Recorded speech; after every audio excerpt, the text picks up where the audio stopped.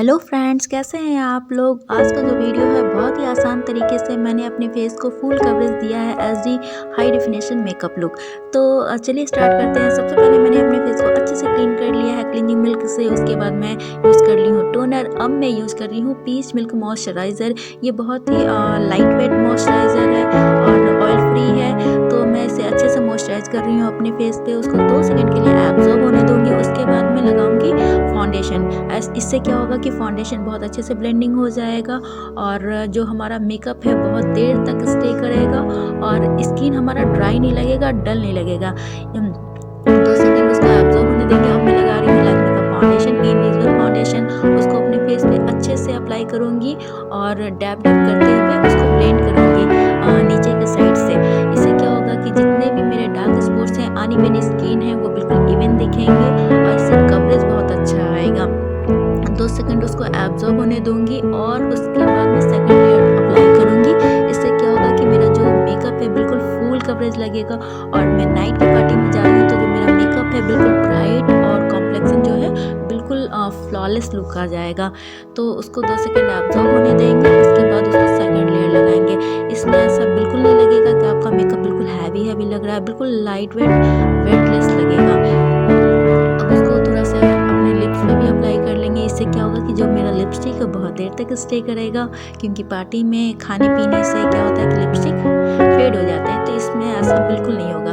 अब मैं यूज़ कर रही हूँ रेवलॉन का कॉम्पैक्ट। इससे क्या होगा कि जो भी मेरा मेकअप मैंने अप्लाई किया है 2 लेयर फाउंडेशन का, तो उसको बिल्कुल सेट कर लूँगी अपने इस कॉम्पैक्ट से और डैब डैब करते हुए इसको अच्छे से पूरे फेस पे अप्लाई करूँगी। इससे क्या होगा कि पूरा मेकअप जो है मेरा बिल्कुल सेट हो जाएगा। मेकअप मेरा जो फाउंडेशन है इधर से उधर नहीं निकलेगा।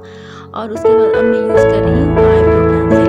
अपने आईब्रो को मैं अच्छे से डिफाइन करूँगी। ये ब्राउन कलर का कलर है और इसको मैं अच्छे से डिफाइन कर रही हूँ। स्विस ब्यूटी का मैंने ये आईब्रो पेंसिल लिया है। बहुत ही अच्छा है और स्मूथली चलता है इसके ऊपर और ये भी वाटरप्रूफ है। अब मैं यूज़ कर रही हूँ न्यूड पैलेट का eye shadow pink shade apply कर रही हूँ। उसको फिंगर टिप से अच्छे से ब्लेंड करूँगी जब तक इसको अच्छा सा कलर नहीं आ जाए।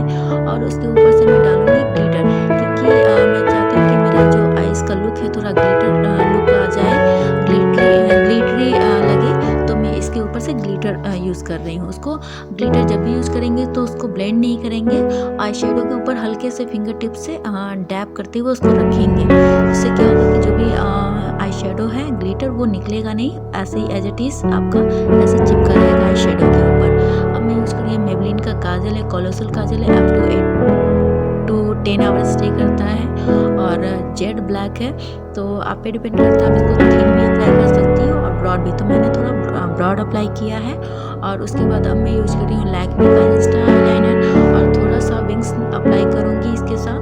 और कॉर्नर पे भी मैं थोड़ा सा विंग्स अप्लाई कर रही हूँ।